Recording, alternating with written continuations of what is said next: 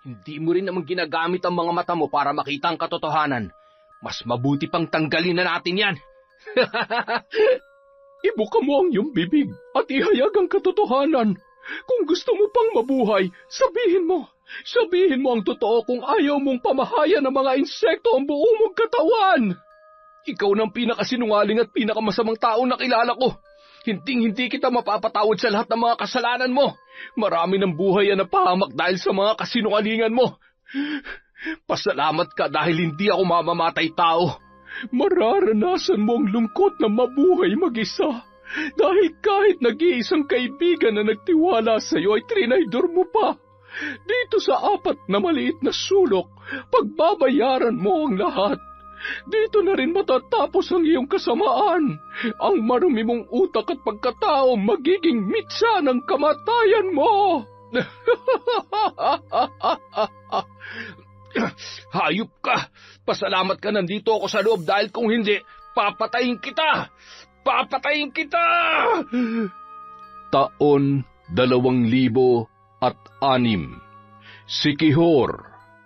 Bandang 10:00 ng gabi, malakas ang buhos ng ulan at sunod-sunod rin ang pagtama ng kidlat sa kakahuyan na sinasabayan pa ng sunod-sunod na pagdagundong ng kulog.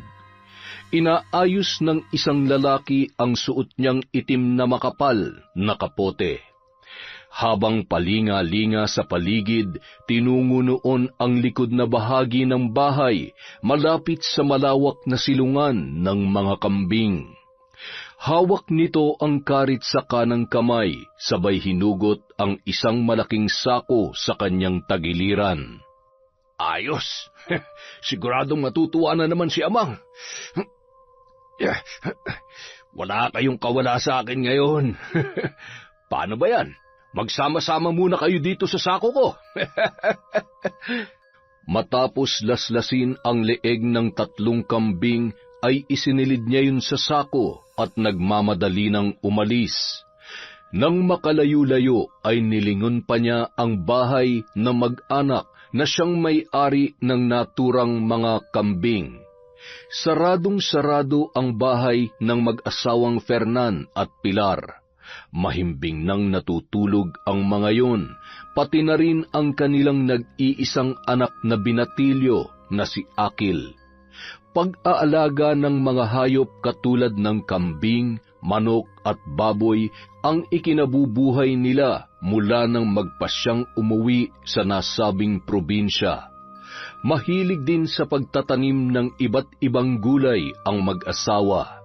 May kalayuan man ang bahay sa sentro, hindi naman alintana dahil mayroon silang sariling tricycle na kanilang nabili mula sa kinikita sa pag-aalaga ng hayop at pagbebenta ng mga gulay sa may mga pwesto sa palengke.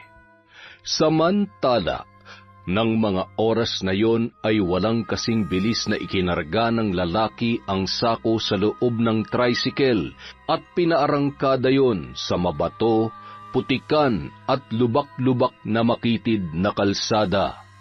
Mahigit 3 taon ng kaanib ang lalaking yon sa kultong kanyang kinabibilangan. Ang nasabing kulto ay may kakaibang paniniwalang espiritual. Ang pinuno noon na mas kilala sa tawag na Amang, na may kakayahang manipulahin ang bawat kasapi, gayon din ang kanilang mga biktima. Kakaiba ang kanilang ritual at pag-aalay ng sakripisyo para sa kanilang kinikilalang Panginoon. Ipinarada ng lalaki ang tricycle sa tagiliran ng isang puno sa kanyang munting bahay. Hinubad niya ang kanyang kapote at nagpalit ng damit na kulay itim. Sabay umalis din agad. Bitbit ang sako kung saan naroon ang mga wala ng buhay na mga kambing na iaalay niya sa kanilang altar.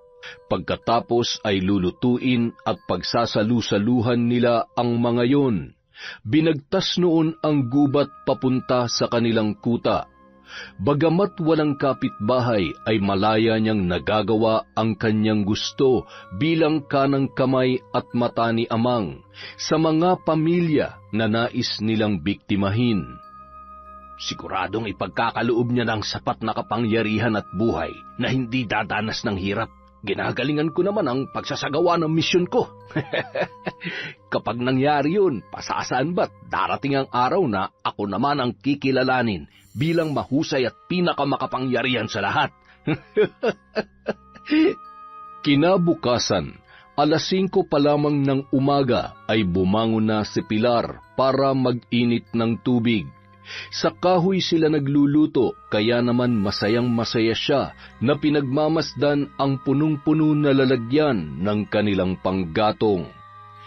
Wala talaga akong masabi sa kasipagan ng mister at anak ko.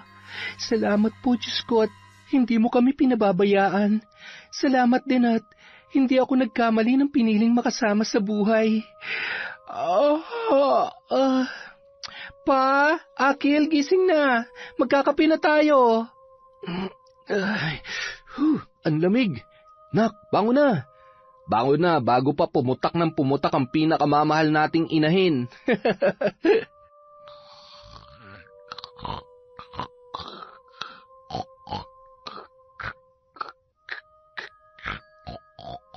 Ay, pambihira naman, humihilik na, tululaway pa. Akil, anak! Huy! Gising na't, aalis na si tatay. Aalis? Sasama po ako, tay. Nananaginip ka pa. Siya, sumunod ka na lamang sa kusina. Iligpit mo na maayos yung higaan, ha? Sigurado magagalit ang nanay mo kapag iniwan mo na lang yan dyan. Pakidamay mo na rin tong kumot ko, anak, ha?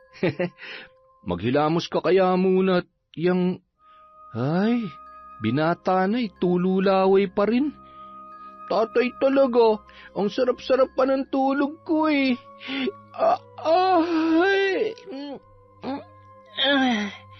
Nay, pahingirin po akong kape ah. Sige na, bilisan mo na dyan. Kasabay ng pagkakape ng mag-anak ay masaya silang nagkukwentuhan.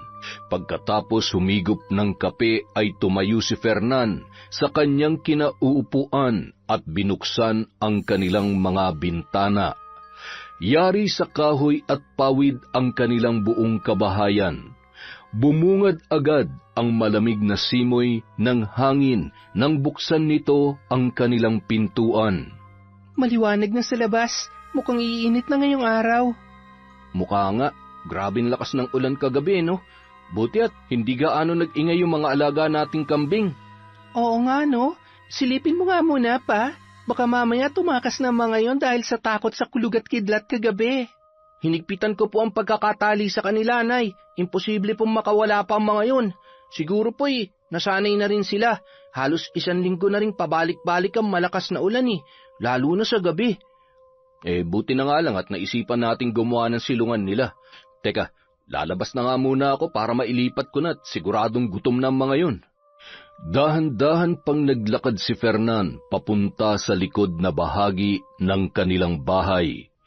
Madulas at malagkit ang lupa dahil sa nagputik na yon. Bumaon pa sa putik ang tsinelas sa kanang paa niya, dahilan para mapakamot si Fernan sa ulo at dinampot yon gamit ang kanyang kamay. Itinabi niya ang pares ng tsinelas sa kanto ng kanilang bahay at tumuloy na sa may kubo. Napakunot noo siya nang makita na kulang ang mga kambing na naroroon. Bigla namang bumilis ang tibok ng kanyang dibdib nang makita ang mga tumilamsik na dugo sa haligi at upuang pahaba na yari sa kawayan. Ma, Akil! May nawawalang mga kambing! Nang marinig yon ng mag-ina ay nagkatinginan sila, sabay tumakbo papalabas. Nay, wag na po kayo magtsinelas at madulas. Halina ho kayo. Tay, ano ho yon? Nasaan ho yung mga kambing? Baka naman nakawala lang. Nandyan lang yan sa tabi-tabi sumuot. At teka, bakit may mga dugo dito? Ay Diyos ko, ano nangyari? Posibleng may nagnakaw. Pinatay muna bago inuha. Napakahayop naman na may gawa nito. tinadtad pa talaga ang mga tali. Ay nako.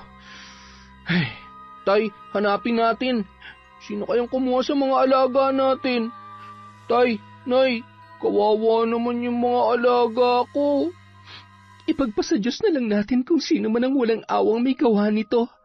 Napakalayo na natin sa sentro at talaga namang dinayo pa tayo dito ng mga hayop na magnanakaw. Hindi na sila na konsensya. Patuloy naman sa pagtulo ang luha ni Akil. Mahal na mahal niya ang kanilang mga alagang kambing. Kinakausap niya pa ang mga yon na parang tao habang pinapasabsab ng damo. Buong maghapon, palaisipan sa mag-anak ang nangyari, hanggang sa sumapit ang gabi. Mas mabuti pa sigurong sa may kubo na lang muna ako matulog para makapagbantay. Paano kung hindi pa sila nakontento at pati mga baboy at manok natin ay mapag-interesan din? Yan na nga rin ang iniisip ko eh. Kaya lang, paano kung hindi lang isa yung magnanakaw? Paano kung mapahamak ka? Napablatter naman na natin sa barangay ang nangyari. Kung uso ang nakawan sa baryo natin, bakit hindi po nila gawan ng paraan? Paulit-ulit lang silang magnanakaw hanggat walang ginagawang aksyon ng mga opisyal ng barangay. Mabuti pa, puntahan ko si paring Ferdy bukas. Magpapatulong akong huliin ang lintik na magnanakaw na yun. Siguradong babalik at babalik pa rin yun dito, lalo na't alam niya na marami pa siyang babalikan. Si paring Ferdy, lagi namang abala ang kaibigan mong yun eh. Ilang buwan ko na siyang hindi nakikita, hindi na rin siya pumupunta dito. Oo nga po, baka po umalis si Nongnong.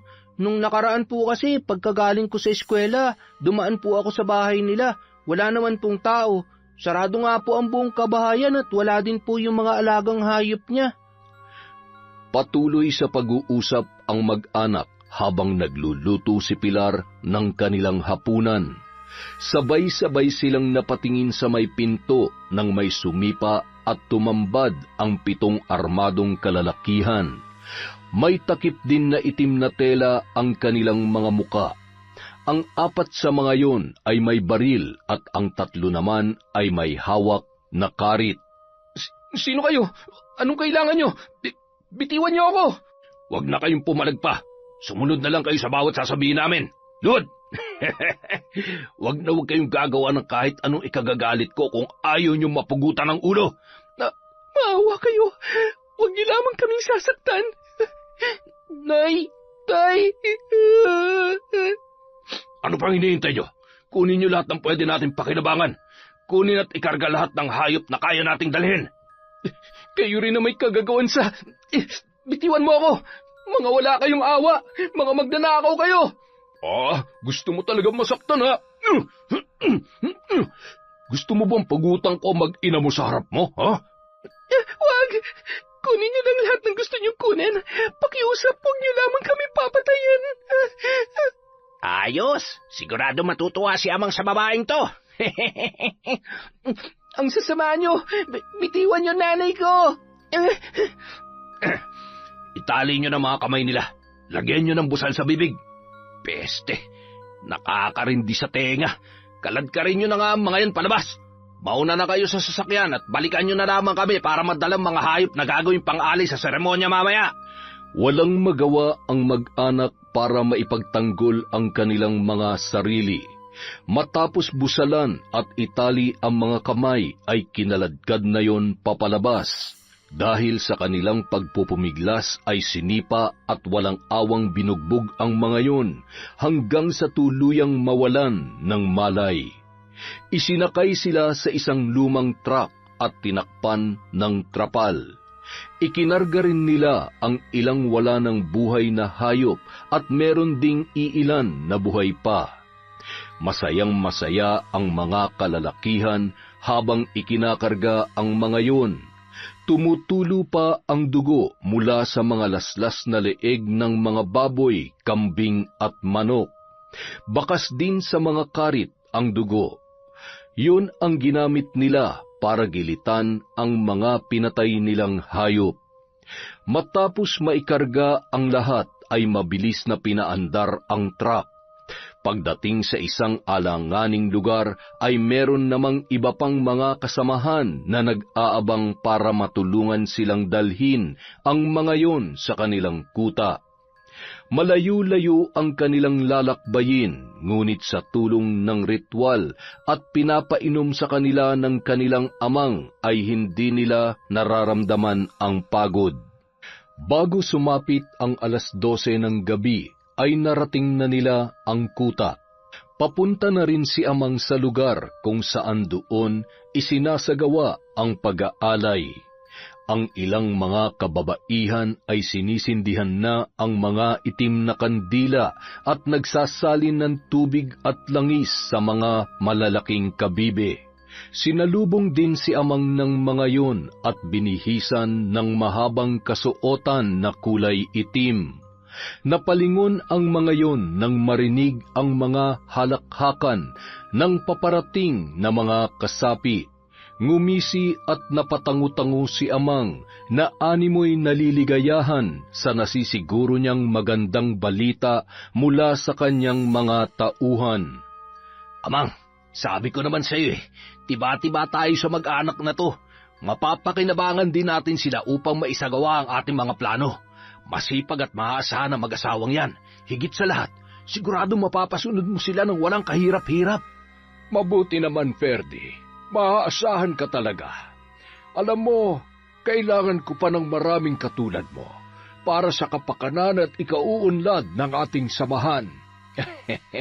Amang, utusan ang kailangan mo at kayang-kayang gawin yun ni Fernan. Ako naman, hindi mapapantayan ng kahit sino man pagdating sa katapatan, pagpaplano at pagsasagawa ng mga bagay ayon sa kagustuhan ninyo. Ngumisi lamang si amang at tinapik sa balikat si Ferdy at lumakad ng muli papunta sa may altar. Muli yung lumingon sa lalaki, sabay sumenyas sa kung ano ang dapat niyang gawin. Oh, ano pang hinihintay niyo mga kasama? Ipakita niyo na kay amang ang ating mga nakuhang grasya kasama ang mag-anak na yan. Kalaga na tanggalan ng busal, nang sa gayon ay buong puso nilang matanggap ang pagiging bagong bahagi ng ating samahan. Buhusan niyo ng tubig para magkamalay. Nagising ang mag-anak sa lamig ng tubig na ibinuhos sa mga yon at malakas na halakhakan ng mga taong naroon. Mababakas sa mukha nila ang takot. May mga markang kulay itim ang mga kalalakihan sa muka at pula naman sa mga kababaihan. Nanginginig ang buong katawan ni Fernan nang mamukaan ang isa sa mga lalaking nandoon. Ferdy, ikaw? Anong ibig sabihin nito? Hayop ka? Paano mo nagawa sa amin to? Fernan, huwag ka na magalit. Kalmahan mo lang. Alam mo, dapat nga magpasalamat ka pa sa akin eh. Iilan lamang ang nagkakaroon ng pagkakataon na makaanib sa samahan namin. Anong klaseng lugar ito? Anong gagawin niyo sa amin? Huwag ka mag-alala. Hindi naman kayo mapapahamak kung marunong kayong sumunod. Simulan na natin ang ritual ng pagtanggap sa mga bagong miyembro ng ating samahan. Teka, hindi nyo kami pwedeng pilitin. Hindi kami magiging katulad yung mga halangang kaluluwa, mga mapagsamantala. Lalo ka na, Ferdy. Kaibigan pa naman kita. Paano mo nagawa sa amin to? Hayop ka! Papatayin kita! Kahit magngit-ngit ka pa sa galit, wala ka na magagawa pa. Kaya kung ako sa iyo, manahimik ka na lang dahil hindi mo magugustuhan ang mangyayari sa iyong mag-ina kapag nagmatigas ka. Napakayabang mo! Painumin ng tubig ng buhay ang mga yan. Pinilit ibuka ang kanilang mga bibig at pinainom ang mga yon. Ilang sandali pa ay tila wala na sila sa sariling kaisipan. Sinusunod ang kung anumang ipinagagawa sa kanila. Kasabay ng pagkaputol ng inyong hintuturo sa kanang kamay, ay buong puso niyong iniaalay ang bawat pagpatak ng dugo bilang tanda ng pakikianib at pagyakap sa ating Panginoon. Sabay-sabay na nag-usal ng mga kahindik-hindik na salita ang lahat ng mga kasapi habang nakabuka ang mga kamay at nakatingala ang kani-kanilang mga ulo. Napapalibutan nila ang mag-anak na noon ay nakaluhod habang nakapikit ang kanilang mga mata at sinusundan ang mga salitang kanilang naririnig. Dinala sila sa isang munting kubo na magsisilbi nilang tahanan. Samantalahin nyo na ang pagkakataon na magkakasama pa kayo. Hindi rin magtatagal ay matutulad din kayo sa iba. Isa sa inyo ay mamamatay na walang kalaban-laban. Mag-iingat kayo. Tumakas na kayo kung magkakaroon kayo ng pagkakataon. Hoy tanda, ano bang sinasabi mo dyan? Isinara ang pinto at ikinadena yun upang masigurong hindi makakatakas ang mag-anak sa oras na manumbalik na sila sa kaisipan. Nang masiguro ni Pilar na malayo na ang mga kalalakihan, ay nagpalinga-linga siya sa loob ng kubo.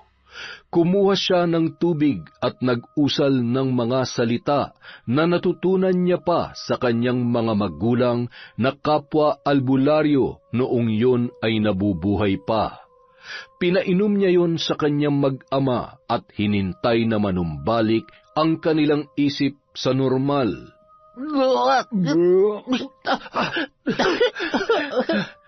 Ay naku, salamat sa Diyos.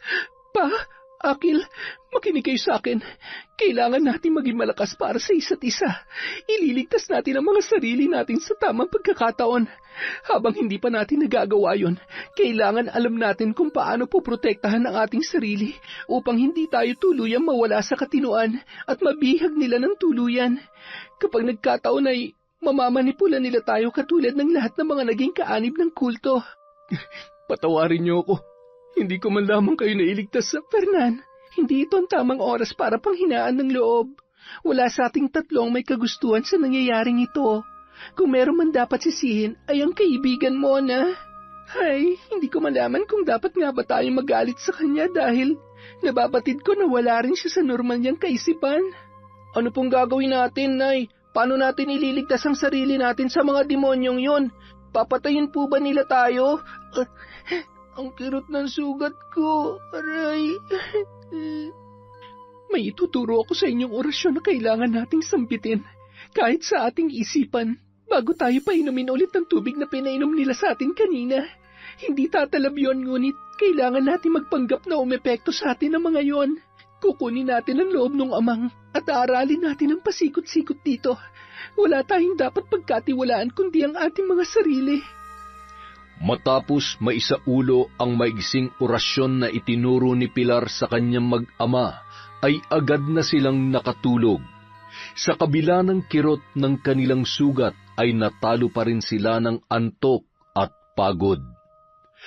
Kinaumagahan, napabalikwas ang pamilya nang marinig ang pagkalampag sa pinto. Bumangon na kayo dyan at mag-umpisa na kayong pagsilbihan si Amang at lahat ng mga nakatataas na kasapi katulad ko. Paano ba yan? Sa wakas ay mas lamang na ako sa'yo, Fernan. Balang araw ako nang titingalain at pagsisilbihan mo, hindi lang dahil kanang kamay ako ni Amang, kundi ako nang hihirangin bagong pinuno dito. Hindi ko alam na ganyan ang tingin mo sa pagkakaibigan natin. Pagalingan? Ni minsan hindi sumagi sa isip ko yan. Huwag ka mag-alala, magiging mas masaya ako kung darating ang araw na ikaw na ang pagsisilbihan namin. Bilang kaibigan, ako ang unang-una magiging masaya para sa'yo. Mula ng araw na yun, naging alila sila ng samahan. Walang katapusan sa pagtatrabaho at pagsisilbi para sa buong samahan.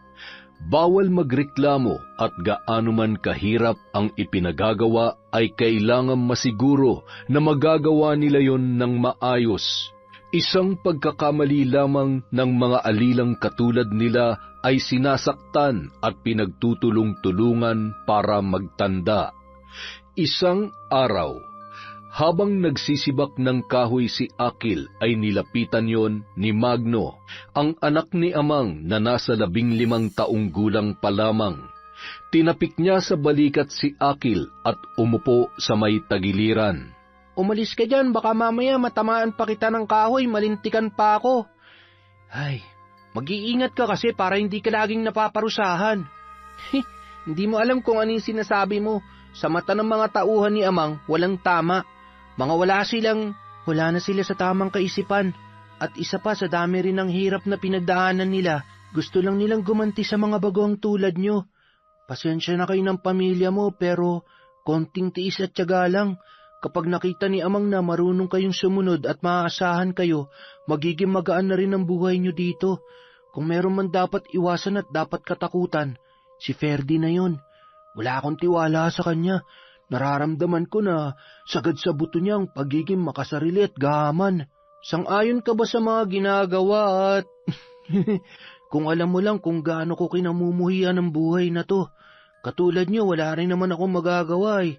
Siguro kung hindi lang namatay si Nanang, hindi mangyayari ang lahat ng to. Hindi sana maghihiganti si Amang. Ano ba nangyari sa nanang mo? Pinatay ba siya kaya? Oo. Pinatay siya ng mga grupo ng kalalakihan. Pinagnakawan at pinahirapan din kami ng mga yun. 7 taon pa lang ako noon pero malinaw na sa akin ang lahat. Dahil sa kakayahan ni Nanang sa pambabarang nakatakas kami. Sa dami ng natamo niyang sugat, namatay pa rin siya. Mula noon ang tanging nasa isip na lamang ni Amang ay gumanti sa mga tao. Hanggang sa tuluyan niya ng niyakap ang kasamaan at naging laro na lamang sa kanyang pagpatay. Hindi ko na nga alam kung paano ko pa matatakasan ang buhay na to eh. Wala ka bang naiisip na paraan para... Magno, balik ka rito. Huwag ka makikipag-usap sa hindi mo kauri, ha? Ang anak ng alipin ay mananatiling anak ng alipin at walang karapatang makihalubilo sa mga katulad natin. At sino ka naman para pangaralan ako? Mas marunong akong kumilatis ng tao kaysa sa'yo. Ay, sige Akil, tapusin mo na yan. Tsaka na lamang tayo mag-usap kapag maganda na ang ihip ng hangin. Medyo sumasangsang kasi. Ay. Oh, anong iningisi-ngisi mo dyan, ha? Gusto mo bang masaktan, ha? Sige lang, Magno. Magyabang ka hanggat gusto mo. Kapag wala ng ama mo, sisiguraduhin ko na hahalik ka sa pako. Makalipas ang 6 na buwan, hindi na bago ang pagpapahirap at pagsunod sa mga utos na bagamat labag sa kanilang kalooban ay kailangan nilang sumunod. Isang gabi, isang lalaki ang noon ay nahuli ni Ferdy na nagnanakaw. Agad namang nagkagulo ang lahat. Itinali sa isang poste at binusalan ang bibig noon upang hindi makapagsalita. Agad na ipinatawag si Amang para magpasya sa kung ano ang dapat gawin sa naturang lalaki. Magkahawak kamay ang mag-asawang Pilar at Fernan. Nasa likod naman nila si Akil na noon ay kinakabahan sa susunod na mangyayari. Lalo lamang siyang natakot nang marinig ang pagtawag ni Amang sa pangalan ng kanyang tatay Fernan. Pugutan mo ng ulo ang hayop na yan. Tandaan nyo, kahit sino man sa inyo na magtangkang sumuway, tumakas at pagnakawan ako, ay matutulad din sa lalaking ito. Fernan, ano pang hinihintay mo? Pugutan mo na ang lalaking yan. Narinig mo naman na sinabi ni Amang, di ba? Ngayon mo patunayan ang katapatan mo sa ating samahan. Mahigpit na hinawakan ni Pilar ang kamay ng kanyang asawa at marahan silang nagkatitigan. Tumango si Fernan bilang tugon sa nais ipahiwatig ni Pilar sa kanya.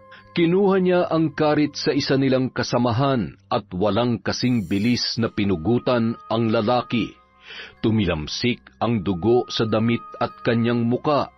Bumulwak ang putol na leeg at dumanak ang dugo sa lupa. Naghiyawan ang mga naroon na natuwa sa ginawa ni Fernan.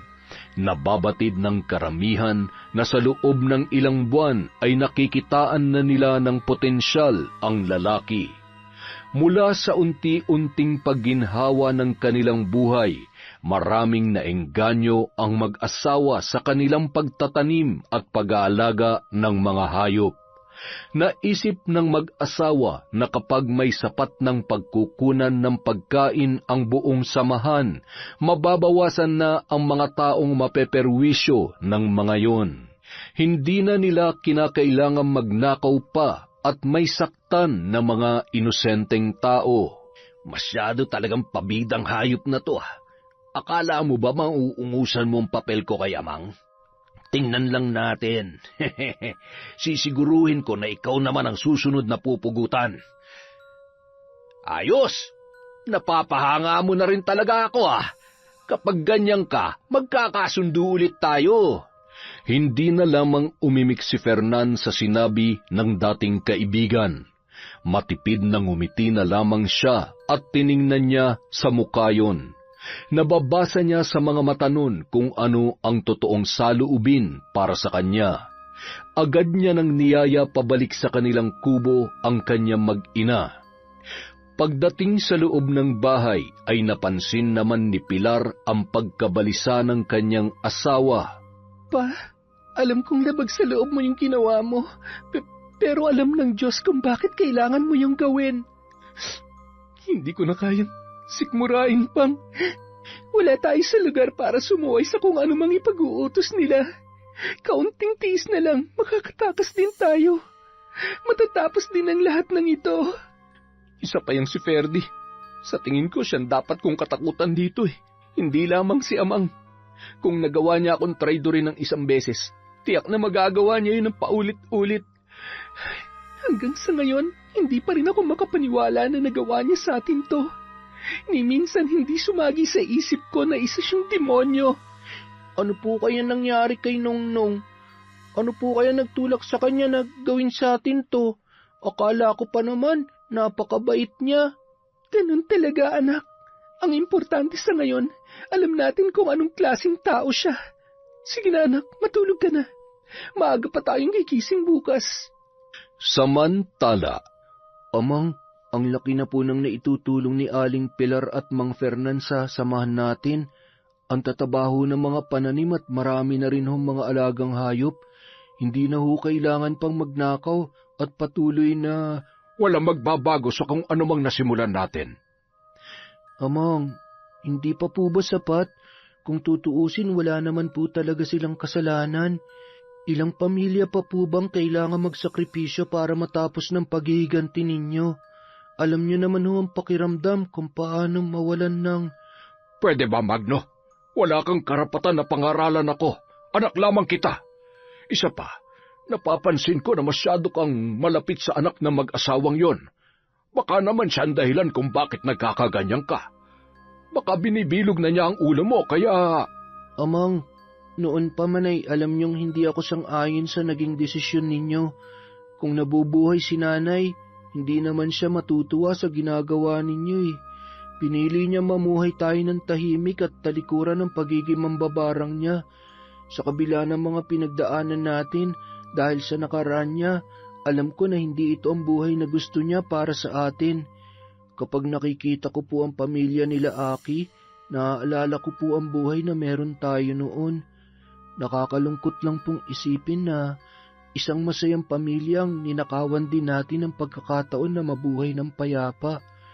Kaya kung mahihilingin man po ako, yun ay ang ipagkaloob po natin sa kanila ang buhay na nararapat sa kanila.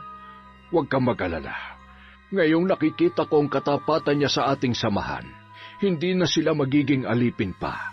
Susubukan kong itama at isaayos ang lahat sa abot ng aking makakaya. Sige na, matulog ka na.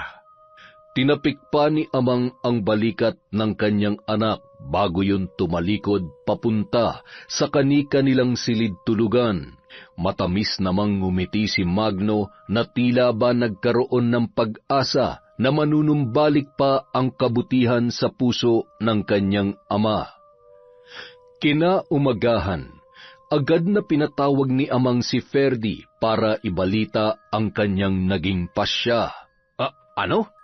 Gagawin niyo siya bilang kanang kamay? Paano ko? Ano ba naman ang alam niya sa pagpapasya para mapanatiling pinapunta kita para ipaalam sa iyo ang naging pasya ko? Hindi para questionin to. Panahon na para magkaroon ng malaking pagbabago para sa ikauunlad ng ating samahan.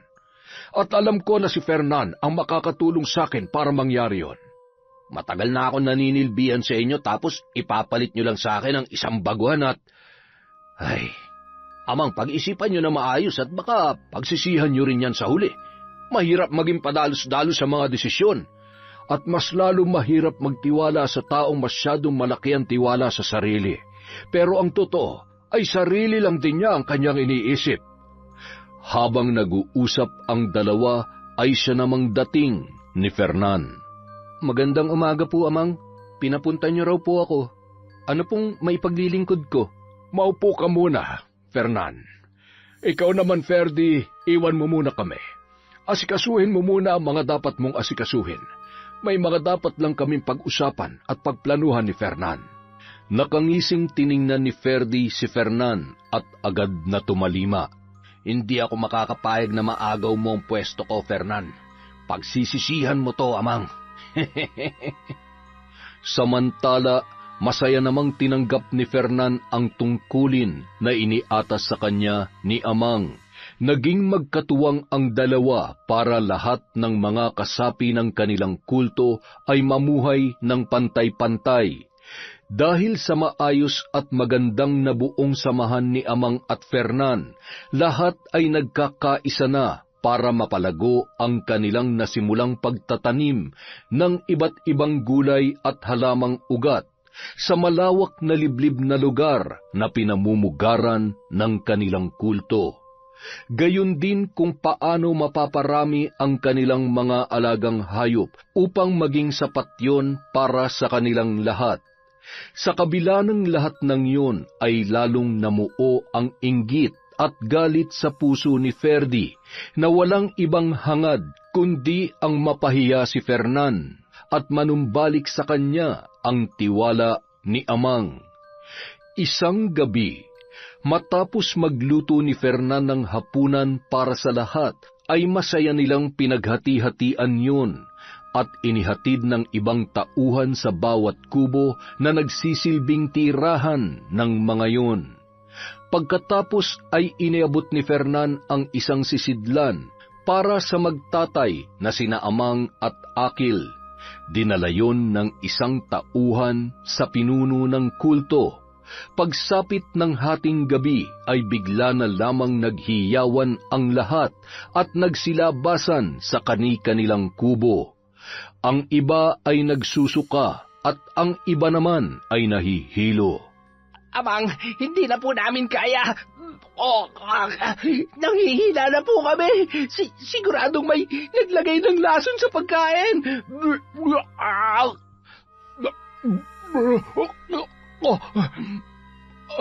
Ayos lang po ba kayo, Amang? Wala po bang masakit sa inyo? Ano? Teka, at... Amang, ang sakit po ng tiyan ko.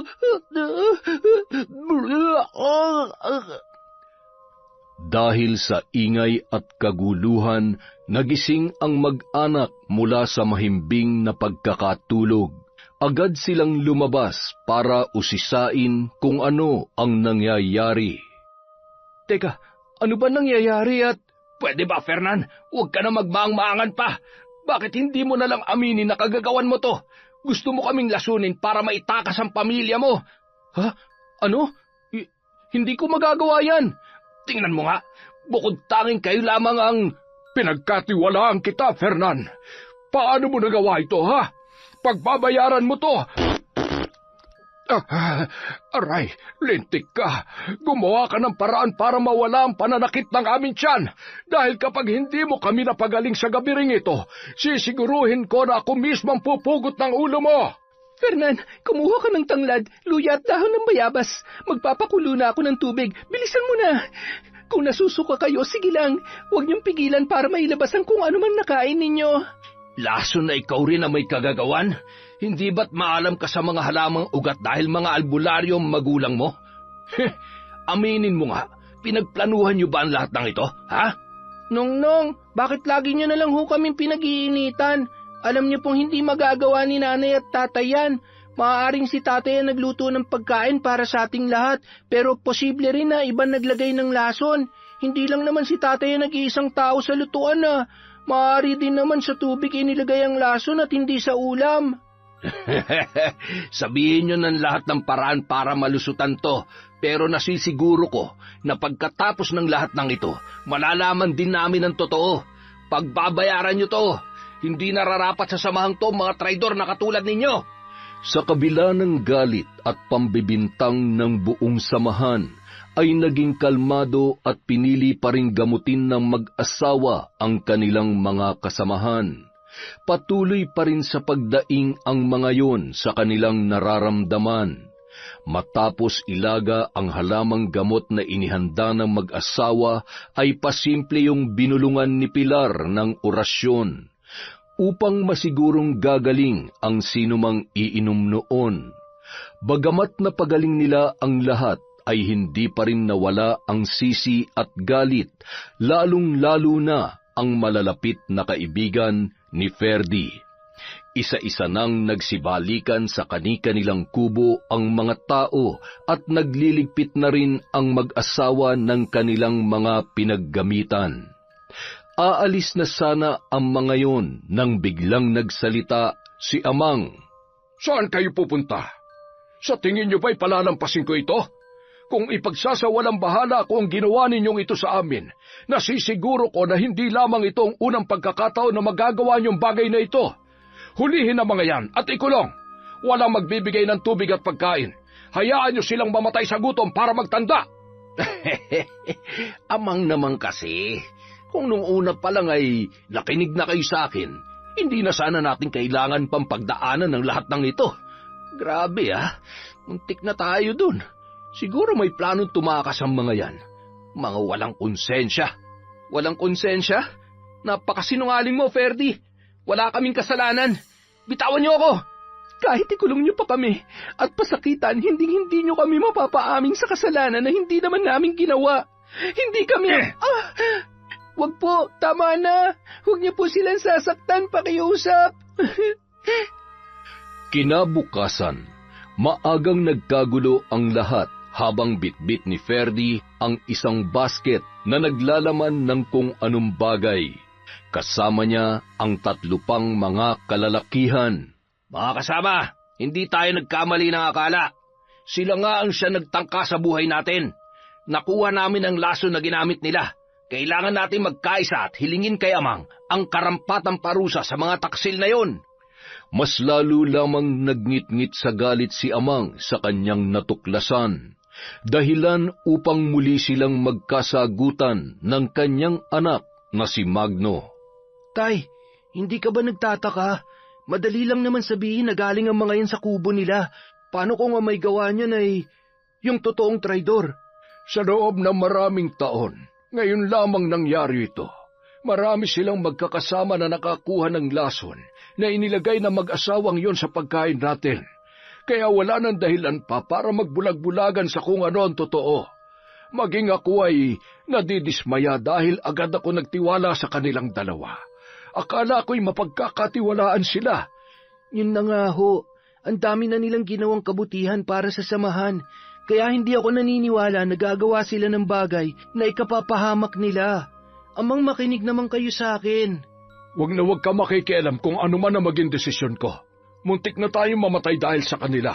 Kung ayaw mong itakwil kita, matuto kang ilugar ang iyong sarili, Magno. Huwag na huwag kang gagawa ng kahit anong desisyon na pagsisisihan mo. Buong araw na hindi pinakain o pinainom man lang ng tubig ang pamilya. Maya't mayang pinupuntahan ng mga kasamahan.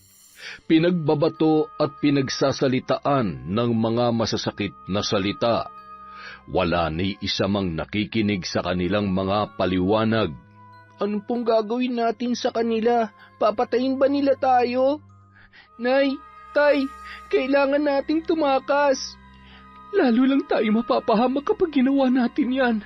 Mas mabuti pang magdasal na lang tayo na malinawan ang isip si Amang, na magbago pa ang isip niya, na baka sakaling may isa man lamang na nakakaalam sa kung ano ba talaga nangyari. Hindi tayo pababayaan ng Diyos. Diyos, kung mahal tayo ng Diyos at kung talaga may Diyos, bakit kailangan natin pagdaanan to? Fernan, huwag ka nagsasalita ng ganyan. Totoo ang Diyos. Dahil kung hindi, sa dami ng pinagdaanan natin mula nung unang araw na naging bahagi tayo ng kultong ito, ay kinaya natin. Wala tayong hindi kakayanin basta naniniwala tayo sa Kanya. Habang nag-uusap ang mag-anak ay siya namang dating ni Ferdi na noon ay nakangisi habang hawak ang kanyang balbas at umiiling-iling. Mukhang nakakaiyak naman ang pinag-uusapan nyo. Ano, nararamdaman nyo na ba ang katapusan nyo? Talagang paninindigan nyo ang isang masaya't pamilyang magkakasama hanggang dulo, ha? Saludo rin naman talaga ako sa tapang mo, paring Fernan. Wala kang hindi kayang gawin para sa pamilya mo. Hayop ka, Ferdi. Alam ko na may kinalaman ka sa lahat ng ito. Talaga namang ang ahas, magpalit man ng kaliskis, ahas pa rin. Nung mga binata pa lang tayo, minsan mo na akong tinuklaw. Pinatawad na kita't kinalimutan ko yon dahil buong akala ko, nagbago ka na. Traidor ka. Pinagsisisihan ko na pinagkatiwalaan kita. Wala akong pakialam sa kahit ano pang sabihin mo, Fernan. Tanggapin mo na lang na hindi sa lahat ng oras ay sumasang-ayon sa iyo ang swerte at panahon. Hindi naman pwedeng sa lahat ng oras ikaw na lang lagi nakakaangat sa lahat. Eh di lumabas din mismo sa bibig mo na tumanda ka na't lahat-lahat, napaka-inggitero mo pa rin. Nabuhay ka sa inggit at mamamatay ka sa inggit. Kung ikasisya mo na pagbabayaran namin ang kasalanan na ikaw naman dapat magbayad, sige, pero sinisiguro ko na hanggat may inggit dyan sa puso mo, itatak mo dyan sa kokote mo na hinding-hindi ka magiging masaya. Mamamatay ka na inuusig ng sarili mong konsensya. May gusto ka pa bang sabihin, ha? Ikaw, Mare, ano? Mukhang gutom ka na. Kaya pa ba? Mukhang uhaw na kayo. Ano, inaanak? Gusto mo ba ng tubig? Nanunuyo na ba yung mga labi nyo, ha? Tapos, masyado pa mainit ang ulo ng tatay mo. Ay, naku! Kumuha si Ferdi ng isang timbang tubig na pinamahayan na ng mga kitikiti. 3 sunod-sunod na malalakas na buhos sa mag-anak ang kanyang ginawa habang humahalakhak. Sumpain ka ng langit, Ferdi. Darating ang araw na pagsisisihan mo ang lahat ng ginawa mo sa amin. Kesa pumutak ka ng pumutak dyan, titigan at yakapin mo na lang ang pinakamamahal mong asawa. Baka kasi maya-maya o di kaya naman bukas ay hindi nyo na siya kasama. Mahigpit na lamang na napayakap sa isa't isa ang mag-anak habang patuloy sa paghagulgol. Lalo lamang silang nawalan ng pag-asa nung mga oras na yun. Bandang 10:00 ng gabi, tahimik ang buong paligid. Kumakalaman ang kanilang sikmura ay idinaan na lamang nila sa tulog ang gutom, uhaw at panghihinang nararamdaman. Samantala, habang abalang nag-uusap sina Amang at Ferdi, ay pasimple namang may inilalagay sa tubig inumin ng kanyang ama, si Magno. Ayaw ko nang abutin pa ng sikat ng araw ang lalaking yon. Ako mismo ang siyang papaslang sa kanya. Ilabas niyo sila sa kulungan bago mag-alas 3. Mas maigi nang makita na mag-inang yon ang mangyayari kay Fernan upang madala at matakot na sumubok pang suwayin ako. Napakabuti niyo naman, Amang. Kung ako lang ang masusunod, wala akong ititira sa pamilyang yun. Eh sige, magpahinga na ho kayo. Gigisingin ko na lamang ho kayo kapag handa na ang lahat. Nakatikom ang mga kamao ni Magno habang nakikinig sa kanilang usapan. Tumuloy na lamang yun sa kanyang silid-tulugan at pinakiramdaman ang kilos ng kanyang ama. Narinig niya ang sunod-sunod na paglagok ng kanyang ama ng tubig. Nagmamadali siyang bumangon dahil natitiyak niyang mahihilo yun at sa takot na tumama ang ulo noon sa kung anumang matigas na bagay. Grabe, ang init ng panahon. Bakit kahit anong inom ko, pakiramdam ko ay uhaw na uhaw pa rin ako?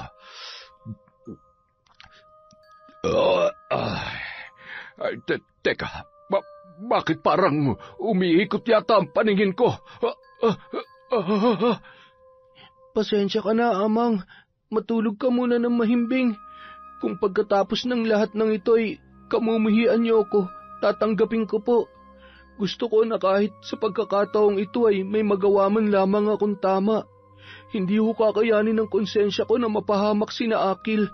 Siya lang ang nag-iisa kong kaibigan at naniniwala ako na inosente si Mang Fernan at Aling Pilar. Ay, napakabigat mo naman, Amang. Ingat na lumabas si Magno, bitbit ang tubig at pagkain. Dumaan pa yun sa gawing likod ng kanilang munting bahay. Abala namang nakikipagkwentuhan si Ferdy sa mga tauhan at malakas pang naghahalakhakan. Nasisiguro niya na walang makakapansin at walang nakabantay sa mag-anak na nakakulong sa matibay na kulungan na yari sa kahoy. Gamit ang isang flashlight ay kitang-kita niya ang kalagayan ng mga yun. Sino ka? Anong gagawin mo sa amin? Huwag kayong matakot. Akil, si Magno to. Tinakpan ko lamang ang mukha ko para masigurong walang makakilala sa akin. Kailangan niyong bilisan. Lumapit kayo dito sa akin para makalagko ang tali niyo. Ayan, ako nang bahalang magbukas nito. Eto, kumain muna kayo at uminom kayo ng tubig. Maraming salamat, Magno. Wala ho kayong dapat ipagpasalamat.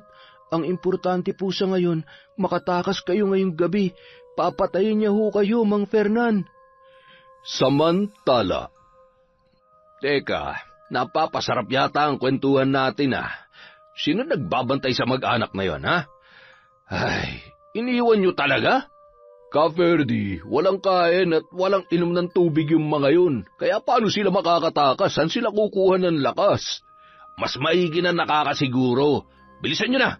Lintik, hindi talaga kayo nag-iisip Kung makautos talaga at makapagsalita, akala mo siyang leader dito. Kapag ako napuno sa'yo ay naku, ewan ko lang. Akala mo ba hindi ko alam ang totoo? Lokong to. Sagari mong pasensya ko, mas mauuna ka pang mapugutan kaysa kay Fernan.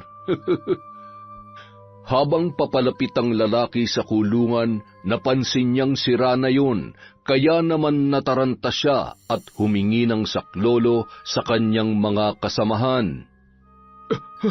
Nakatakas sila! Wala na sila doon! Ano? Imposible! Siguradong hindi pa nakakalayo ang mga yon. Kumilos na tayo at hindi tayo babalik hanggat hindi natin sila nahuhuli. Buhay man o patay, malilintikan ako nito kay Abang kapag nagkataon. Mga inutil talaga kayo! Sa kabilang banda, bilisan na natin. Kabisado nilang gubat kaya sa oras na mapansin nila na wala na kayo sa kulungan, mabilis nila tayong matutunton. Habang tumatakbo at nag-uusap, 3 sunod-sunod na putok ng baril ang kanilang naulinigan. Alam na nilang nakatakas kayo. Akil, makinig kayo sa akin. Kailangan niyong tumakas. Tumakbo kayo ng tumakbo hanggat kaya niyo. Ipangako niyo sa akin na ililigtas niyo ang sarili niyo at kahit anong mangyari, tandaan niyo na mahal ko kayo, ha? Sige na, umalis na kayo. Mag-iingat ka. Ipagdarasal ko ang kaligtasan mo. Mahal na mahal ka namin ni Akil. Tay, Magno, mag-iingat kayo, ha? Sige na, umalis na ho kayo. Dito ho kayo dumaan pagkatapos ay makakababa na kayo sa bundok. Mag-iingat kayo dahil maraming patibong dyan. Sige na! Alam ko na andyan lang kayo. Huwag na kayo magtago pa. Hindi rin naman kayo makakatakas ng buhay sa gubat na to. Fernan, nandito ako. Pagod na ako makipagpatintero sa'yo. Gusto mo akong patayin, hindi ba? Tapusin na natin to. Gamitin niyo ho ang itak na to. Kaya ko ho silang labanan gamit ang lakas ko. Tara na ho. Sigurado ka? Tumango lamang si Magno at buong tapang na sinalubong si Ferdy kasama ang ibang mga tauhan. Ha? Magno? Anong ginagawa mo dito? Huwag mong sabihin na ikaw ang nagpatakas sa mga... Kayo, hanapin niyo mag-ina. Naghahanap lamang kayo ng sakit ng katawan. Masyado ka na rin mayabang, Magno. Ikaw naman, Fernan, sa tingin mo ba kaya akong tudasin ang itak na yan? Sabihin na natin mayabang ako at ako nga nagpatakas sa kanila. May magagawa ka ba? Ang lakas din naman ng loob mo na suwayin ang sarili mong ama at pagtaksila ng buong samahan. Hindi mo ba... Tatlong malalakas na suntok agad ang pinakawalan ni Magno na tumama sa tiyan at muka ni Ferdy. Alam mo, kung may taksil man sa ating dalawa, ikaw yun. Hayop ka. Alam ko na ikaw may pakana ng lahat ng ito. Kung kaya mong lasunin ang utak ni Amang, pwes ibahin mo ko. Ano, lalabang ka? Tumayo ka dyan!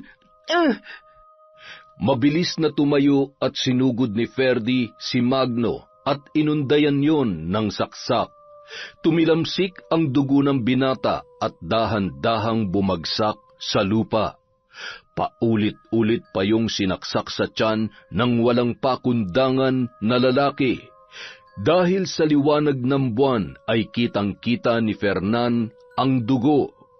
Hindi niya alam kung bakit bigla na lamang nanginginig ang kanyang kamay habang nakatulala, hawak ang itak. Sumagi sa kanyang isipan ang lalaking kanyang pinugutan.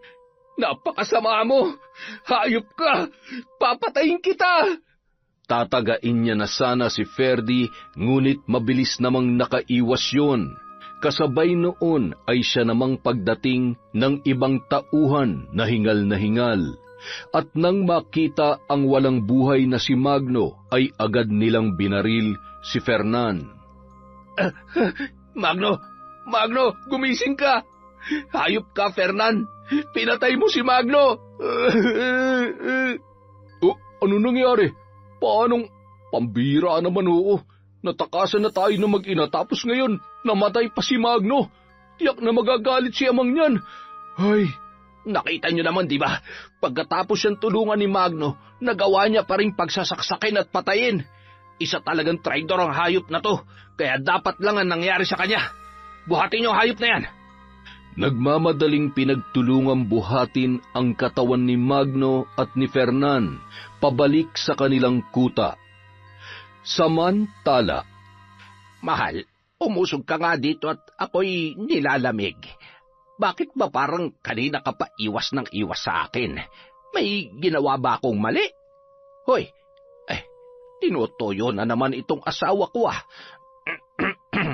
Mahal, mukhang nahihirapan akong huminga sa sobrang lamig. Baka gusto mo naman akong yakapin. Ay sus, ikaw naman kasi, kung hindi ka lamang nilalamig, hindi mo ako maaalalang yakapin. Halika nga dito. Tao po! Tao po! Ay nako, may tao yata sa labas. Ay, istorbo naman oo. Ay siya, halika tingnan nga natin kung sino at madaling araw pa lamang ay nambubulahaw na. Hoy, ayusin mo yung salawal mo. Pambihira, ilang beses ko nang ginagawang basahan yan ay paulit-ulit mo pa rin isinusuot. Wala na yung garter at butas-butas na rin. Ay hala, sige, huwag kang magpalit at makikitaan ka ng itlog na matanda ka. Ay Diyos mio, tabi ka nga muna't ako na. nagpatuloy sa pagtawag ang mag-ina. Yun kasi ang kauna-unahang bahay na nakita nila nang makarating sa sentro sa karatig na barangay ng kanilang dating tinitirhan. Nay, hindi ko na po kaya. Ang sakit po ng sugat ko sa paa. Nanghihina po ako. Sandali lamang, anak. Kayanin mo pa. Pasasaan ba't? Ay, sino ba kayo? Ano ang nangyari at para kayong... Ay naku, Sus Mariosep, tumuloy kayo. Nagturugo ang sugat ng anak mo. Saan ba kayo nanggaling? Tumakas ho kami sa kuta ng isang kulto na mga walang awang pinapasakitan at pumapatay ng mga inosente. Nasisiguro ko na may kinalaman din sila sa pagkamatay ng anak ko. Mahal, dalhin mo dito ang mga gamit ko sa panggagamot. Samahan mo na rin ng konting bilis, ha? Habang nililinisan ang sugat ni Akil, naikwento na rin lahat ni Pilar ang nangyari at pinagdaanan nila. Bagay na labis naman ikinahabag ng mag-asawa. Huwag kang mag-alala, tutulungan kita. Kung meron mang dapat mamatay at pasakitan, yun ay ang mga tulad nilang walang awa at hindi lumalaban ng patas sa buhay. Huwag kayong matatakot. Ang totoo ay isa akong mambabarang. Alagad ng dilim na naturingan, ngunit kung sino mang kumatok sa aming pintuan, ay buong puso kong tutulungan. Lalo na't matagal ko nang gustong puruhan ang mga hayop na namumuno sa kultong yan. Sanay na sanay silang pumaslang ng tao. Pero ang hindi nila alam, na sa bagsik ng kapangyarihan ko, luluhod sila at magsusumamo na parang mga duwag na kuneho. Oh, iho, halika na't doon tayo sa kwarto para makahiga ka't manumbalik ang lakas mo. Ako na ang bahala sa kanya. Bahala na kayo riyan. Bago ipinagpatuloy ang pag-uusap ni na Pilar at ng matandang mambabarang, inabutan muna siya noon ng pamalit na duster. Habang nagbibihis si Pilar ay inihahanda naman ng matanda ang mga gamit niya sa pambabarang. Lola, sana ho ay matulungan niyo ako mailigtas ang buhay ng asawa ko. Hindi ko alam kung anong gagawin ko kapag nawala siya. Huwag kang mabahala. Sa ngayon ay kailangang maging kalmado ka upang maisagawa natin ng maayos ang ritual na siyang magiging simula upang mapaghigantihan ang mga walang pusong nilalang. Oras na para buhayin ng takot ang kanilang dibdib hanggang sa huling tibok ng kanilang puso. Samantala, Magno, ano nangyari sa'yo? Bakit napakarami mong dugo? Sino may gawa sa iyo niyan? Kasalanan mo lahat ng ito, Amang. Kasalanan mo. habang naririnig ang mga katagang yon, mahigpit siyang hinawakan sa mukha ni Magno at mabilis na dinukot ang kanyang mga mata. Hindi mo rin naman ginagamit ang mata mo para makita ang katotohanan. Mas maigi pang tanggalin na natin yan. Wag! Wag! Biglang napabalikwas ang matanda sa kanyang pagkakahiga, na noon ay hangus na hangus. Anong klaseng panaginip yon? Ano ba naman at... Magno! Magno! Naririnig mo ba ako? Tulungan mo nga akong tumayo at... Ay, nahihilo ako. Nasaan bang sutil kong anak? Mukhang nakikigulo rin sa labas. Mag-aalas 3 na siguro. Makabangon na nga at siguradong nakahanda na ang lahat para tapusin ang Fernan na yon. Dahan-dahan siyang lumabas kahit nahihilo at pasuray-suray. Pagbukas ng pinto ay agad namang sinalubong yon ni Ferdi. Amang, ano ba nangyari at nagkakagulo ang lahat? Sino yang... wala na ho si Magno. Patay na po siya. Ha? Ano? Hindi maaari. Sino ang pumatay sa kanya? Sino? Pinatay ho siya ni Fernan. Sinubukan niya hong tulungan ng mga yon pero sa huli, nagawa pa rin niyang patayin si Magno nung madatnan namin sila. Hayop na yon. Magno, ipaghihiganti kita, anak. Walang kasing bilis na tumakbo ang matanda papunta sa lugar kung saan nakatali ang duguan na si Fernan. Nag-aapoy sa galit at kinuha noon ang karit nang biglang may nagsili parang napakaraming tipaklong at naglalakihang bubuyog. Halos hindi nila makita ang isa't isa ng mga oras na yun. Makalipas ang ilang minuto, bigla yung nawala pati na rin ang mga armas na hawak nila. Nagulat na lamang sila nang bigla nilang nakita na nakatali na rin ang isang lalaki na siyang may alam sa katotohanan. Ang mga naroon ay namamaga ang mga muka dahil sa pagkakatusok ng mga bubuyog, lalong-lalo na ang kanilang mga mata at labi. Bakit ako nakatali? Pakawalan niyo ako dito. Ano nangyayari? Bakit nangyayari ang lahat ng ito? Samantala, ibuka mo ang iyong bibig at ihayag ang katotohanan. Kung gusto mo pang mabuhay, sabihin mo. Sabihin mo ang totoo kung ayaw mong pamahayan ng mga insekto ang buo mong katawan. Wag! Sasabihin ko na. Amang, sasabihin ko na po ang totoo. Si Ferdi, siya po ang totoo naglagay ng mga lason sa tubig inumin dahil gusto niyang siraan sa'yo si Fernan. Ha? Sinungaling ka! Nababaliw ka na! Gusto mo bang unahin kitang pugutan ng ulo, ha? Sabihin niyo na ang totoo. Alam ko na maliban sa atin ay may iba pa nakakaalam sa nangyari. Kung hindi kayo magsasabi ng totoo, mamamatay tayong lahat. Ano ba talaga ang totoo? Sino ang totoong traidor siya? Amang! Gumising kayo! Kasalanan mo lahat ng ito! Bago mo pa man ako mapahamak, tatapusin na kita! Nang makakita ng isang patulis na kahoy ay dinampot niya yon at itinusok sa tiyan ng kaawa-awang lalaki. Tutusukin niya na rin sana ang tiyan ng noon ay wala pa ring malay na si Fernan nang biglang nandilim ang kanyang paningin. Ang ilang mga tauhan ay tila wala sa sariling tumungo sa kani-kanilang bahay at kinuha ang kani-kanilang mga pamilya. Wala sa sariling nilisan ang kuta at tinahak ang makikitid at matatarik na daan pababa sa bundok. Bandang 6:00 ng umaga, bumuhos ang malakas na ulan kasabay ng napakalakas na kulog at kidlat. Nagising si Amang at bumangon yun ng dahan-dahan. Niyakap niya ang katawan ng kanyang pinakamamahal na anak na si Magno. Parang dinudurog ang kanyang puso nang makita ang napakaraming saksak sa katawan nito. Napalingon siya nang marinig ang ubo ni Fernan na noon ay unti-unti na ring nagkakamalay.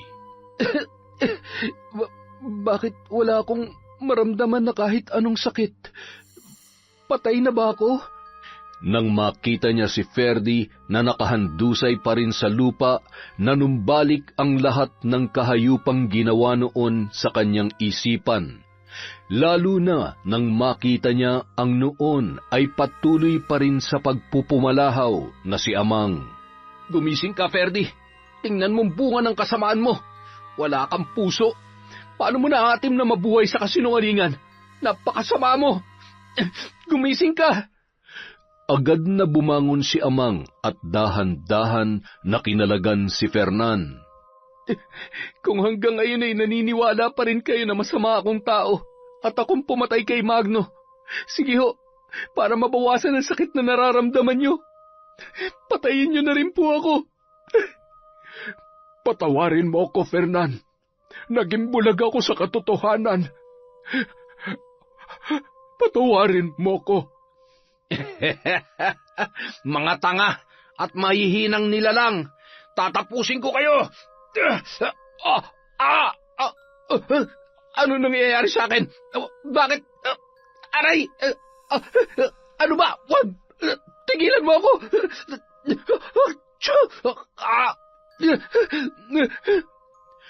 Parang sinisilihan sa puwet at nagpapagulong-gulong si Ferdi. Nang tumayo naman ay lumulundag yon sa bawat pagbahin at may lumalabas na bato at insekto mula sa kanyang ilong. Wari ko'y pinaglalaruan tayo ng isang itim na kapangyarihan. Hindi ko maintindihan, pero nararamdaman ko na lahat na nangyayari ay kagagawan ko. Ay, lintik, nakakapagod palang umakyat ng bundok. Hindi bali sa ngayon ay may paghihiganti ko na rin lahat ng mga taong namatay dahil sa paghihiganti mo. Nakita mo na ba ang bunga ng mga baluktot mong desisyon? Tingnan mo ang nangyari sa anak mo.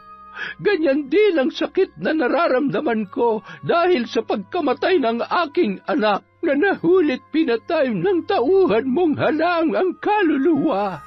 Dahil sa'yo, maraming pamilya ang sinira at pinagkaitan mo ng kalayaan at kasiyahan. Makasarili ka! Makasarili ka! Bigla na lamang nalumpo ang pinuno ng kulto. Anong ginawa mo sa akin? Bakit hindi ko maitayo ang mga paa ko? Maawa ka! Para malaman mo kung ano ang pakiramdam ng nakakulong lamang dito sa kuta mo. Wala ni isang makakatulong sa'yo. Mamamatay ka rin sa gutom dahil kahit pagkain para sa sarili mo ay hindi mo alam kung saan kukunin. Lola, maawa po kayo sa kanya. Hindi niya naman po kailangang, bakit ba mas marunong ka pa sa akin? Magpasalamat ka na lang pwede. Kung hindi dahil sa akin, malamang sa malamang, hindi mo na makikita pa ang mag-ina mo. Ang mag-ina ko? Alam niyo po ba kung nasaan sina Pilar at Akil? Nasaan po sila? Buhay pa po ba sila? Aray! Makahawak ka naman sa braso, oo. Kalmahan mo lang. Oo, buhay pa sila. At siguradong matutuwa sila kapag nalaman nilang buhay ka rin. Pero kung naawa ka sa taong naging punot dulo ng lahat, baka gusto mo siyang samahan dito, o di kaya naman ay makipaglaro ka doon kay Ferdy na, "Hoy, halika nga dito! Lumapit ka sa akin! Gumapang ka! Bilisan mo!" Nagmamadali namang gumapang kahit na hirap si Ferdy para lapitan ang matanda. Bago makalapit ay bigla na lamang yon nangisay at itinataktak ang ulo na parabang may kung anong laman ang tainga.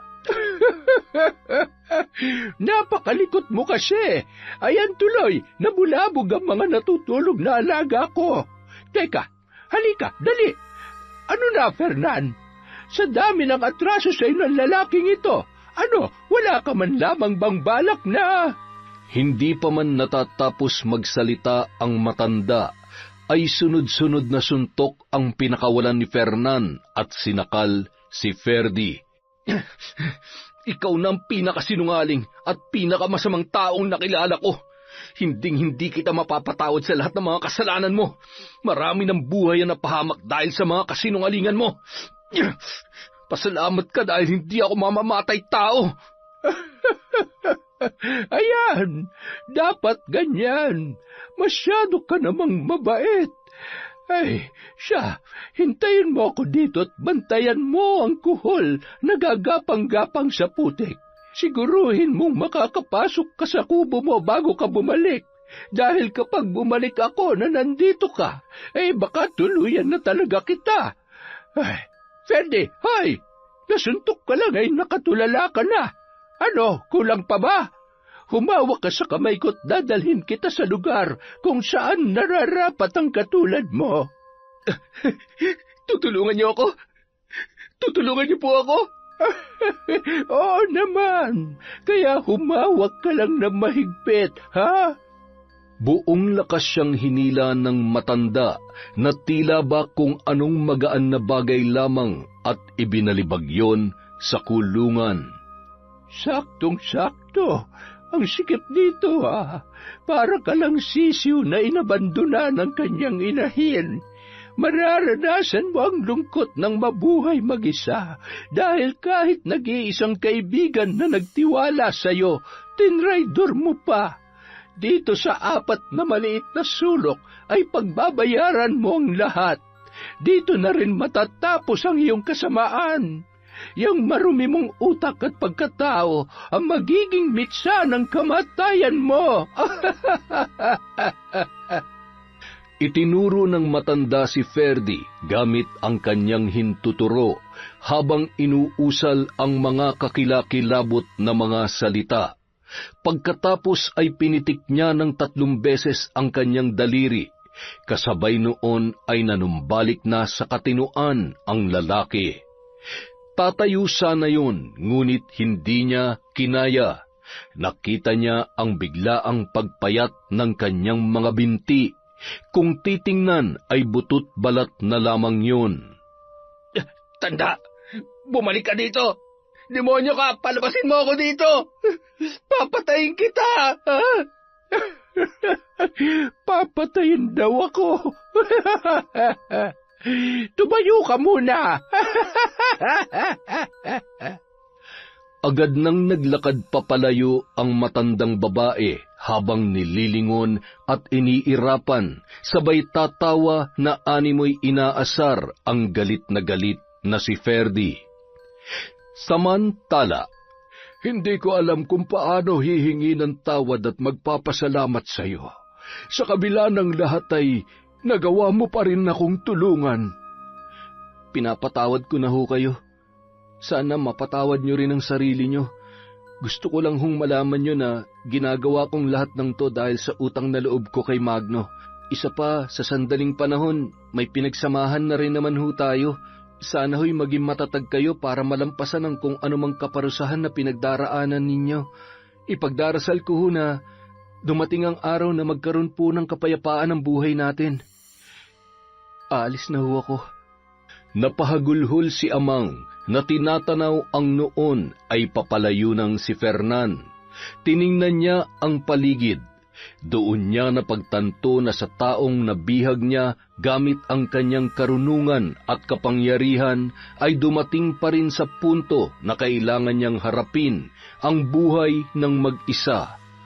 Habang hinihimas ang kanyang mga paa na noon ay magang-maga, ay inaalala niya na lamang ang masasayang panahon na kasama niya pa ang kanyang mag-ina.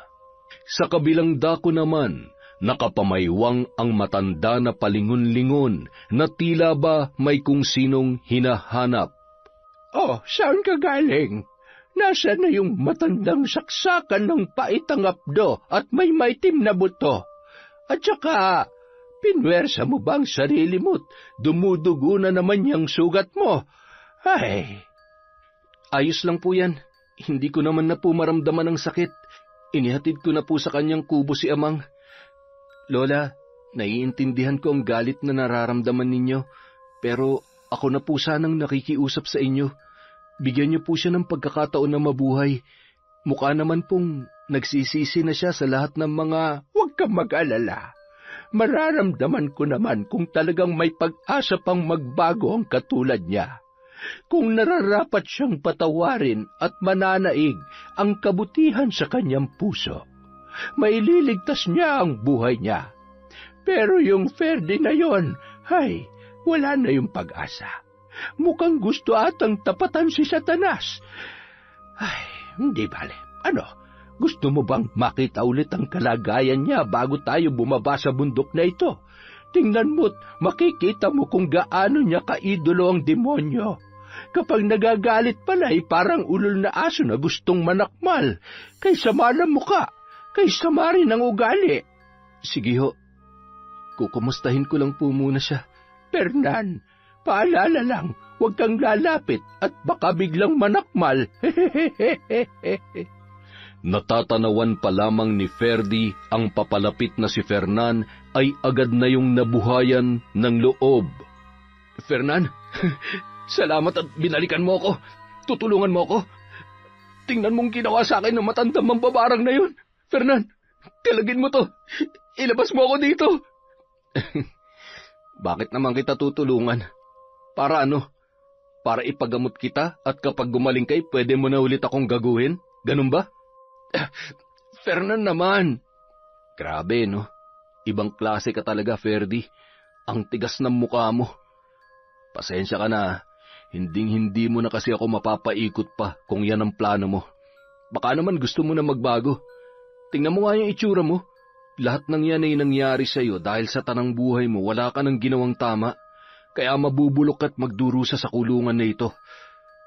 Teka, bago ako umalis, gusto ko ring maranasan mo to. Dinampot niya ang isang tapayan na puno ng kitikiti at ibinuhos sa noon ay nagtatangis ang bagang na si Ferdy. Hayop ka! Pasalamat ka nandito ako sa loob dahil kung hindi, papatayin kita! Walang hiya ka!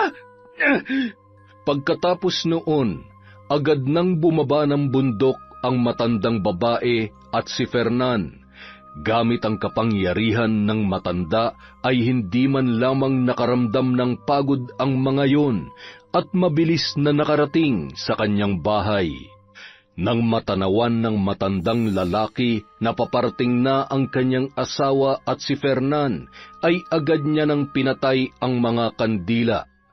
At itinabi muna ang mga yun, pati na rin ang iba pang gamit sa pambabarang. Mahal ko, ako'y labis na nag-alala sa'yo. Kumusta? Nasaktan ka ba? Napagod ba ang mahal na mahal kong asawa? Mahal ko, may bisita tayo. Mahiya ka naman ng kaunti at baka isipin nila ay bagong kasal pa lamang tayo. Ay siya, maupo ka. Mahal, maghain ka ng pagkain at siguradong nagugutom na ang mga bisita natin. Kumusta na yung mag-ina? Nilalagnat pa rin ba? Ay, sandali lang at gigisingin ko, ha? Sumunod na rin kayo sa kusina at doon na lang tayo mag-usap-usap. Pagpasok nila sa kabahayan ay siya namang paglabas sa silid tulugan ni Pilar. Pa, buhay ka. Salamat sa Diyos. Shh! Huwag ka nang umiyak. Sabi mo nga, di ba, hindi tayo pababayaan ng may kapal. Gagawa at gagawa pa rin siya ng paraan para magkasama-sama tayo. Magiging maayos na ang lahat. Makakapagsimula ulit tayo. Mahal na mahal ko kayo ni Akil. Kumusta na siya? Mataas pa rin ang lagnat dahil sa sugat niya sa paa. Pero huwag ka mag-alala. Gagaling din agad yon. Pa, may sugat ka. Ayos ka lang ba? Ay, huwag ka mag-alala. Daplis lamang yan. Ako nang bahala dyan mamaya. Kumain muna tayo't nakakagutom magpakawala ng kapangyarihan sa bundok. Habang kumakain ng almusal ay nagpatuloy sila sa pagkukwentuhan hanggang sa mabanggit ni Fernan ang tungkol sa sinapit at pagkamatay ni Magno. Totoo ba, Tay? Tama ba lahat ng narinig ko? Patay na po si Magno? Kawawa naman po siya. Napakabuti po niya. Wala na akong kaibigan. Huwag ka nang umiyak. Halika na't umupo ka dito sa tabi ko. Alam kong masakit para sa iyo nangyari. Kahit ako'y nalulungkot din. Lalo na't akong dahilan kung bakit tinulungan niya ako. Tinulungan niya tayo kaya napatay siya ni Ferdy. Napakasama niya talaga. Dapat siya na lang ang namatay. Huwag ka nang malungkot, iho. Pinagbabayad naman na natin siya ng lahat ng kahayupang ginawa niya sa inyo, pati na sa iba pang mga naging biktima niya. Siguradong sa mga oras na ito ay hindi niya na rin malaman kung paano ililigtas ang buhay niya. Kumain ka na at magpalakas ka. Ito. Kumain ka nitong gulay upang humaba ang iyong buhay at maging kasing gwapo kita. Maraming salamat ho sa tulong ninyo. Kung hindi po dahil sa inyo ay hindi na po kami magkakaroon ng pagkakataon na magkasama-sama ulit. Sa ngayon, hindi man po namin alam kung paano muling magsisimula. Malaking bagay ho na niligtas niyo ang buhay namin. Alam mo kasi, naniniwala ako na kahit gumagamit ako ng itim na kapangyarihan, basta ginagamit ko ito sa gantong paraan at alam ko na ako'y may matutulungan, ay hindi bali ng medyo mapasakitan pagdating ng pangalawang buhay. Ang importante ay nakapagligtas ako ng buhay. Alam mo, ayaw ko nang maulit pa yung nangyari sa anak ko na wala man lamang akong nagawa para mailigtas siya. Kaya ay pinangako ko sa aking sarili na kahit sino mang mangangailangan, kung may pagkakataon ay gagawin ko ang lahat ng paraan para sila ay mailigtas. Kinagabihan. Huwag kayo lalapit sa akin. Patawarin niyo na ako. Tigilan niyo na ako. Achoo! Ano to? Dugo? Hindi. Ayoko pang mamatay. Ayoko pang sumama sa inyo. Bitiwan niyo ako.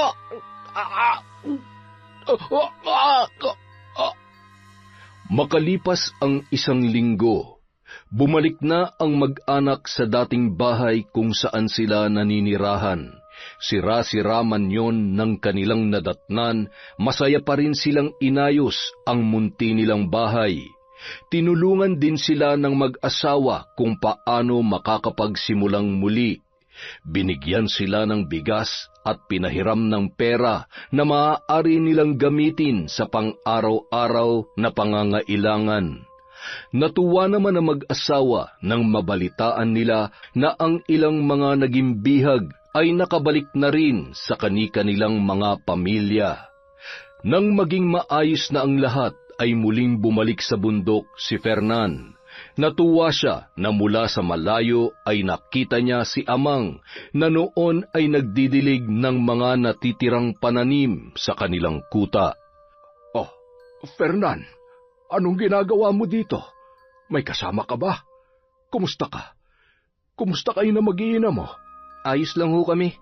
Buti naman ho at nakakalakad na kayo. Ay, oo nga. Siguro ay napatawad na ako ng matandang mambabarang. At sa ngayon ay sinusubukan ko namang magbago kahit pa alam kong wala nang saysay dahil mag-isa na lamang ako sa buhay. Huwag ho kayong mag-alala. Nandito pa naman ho kami. Sadyang napakabuti ng puso mo. Salamat, Fernan. Siya nga pala. Inilibing ko na si Ferdi. Nung nakaraang gabi ko lamang napansin dahil nangangamoy na. Ay, kahit pa ako'y sukang-sukat, suklam na suklam sa hayop na yun ay wala naman akong magagawa kundi ang ilibing na lamang kesa naman ang umalingasaw pa. Napakabaho, Fernan. Siguro ganun din ako kabaho kapag namatay ako dahil alam mo na. Ipagdasal na lang ho natin ang kaluluwa niya.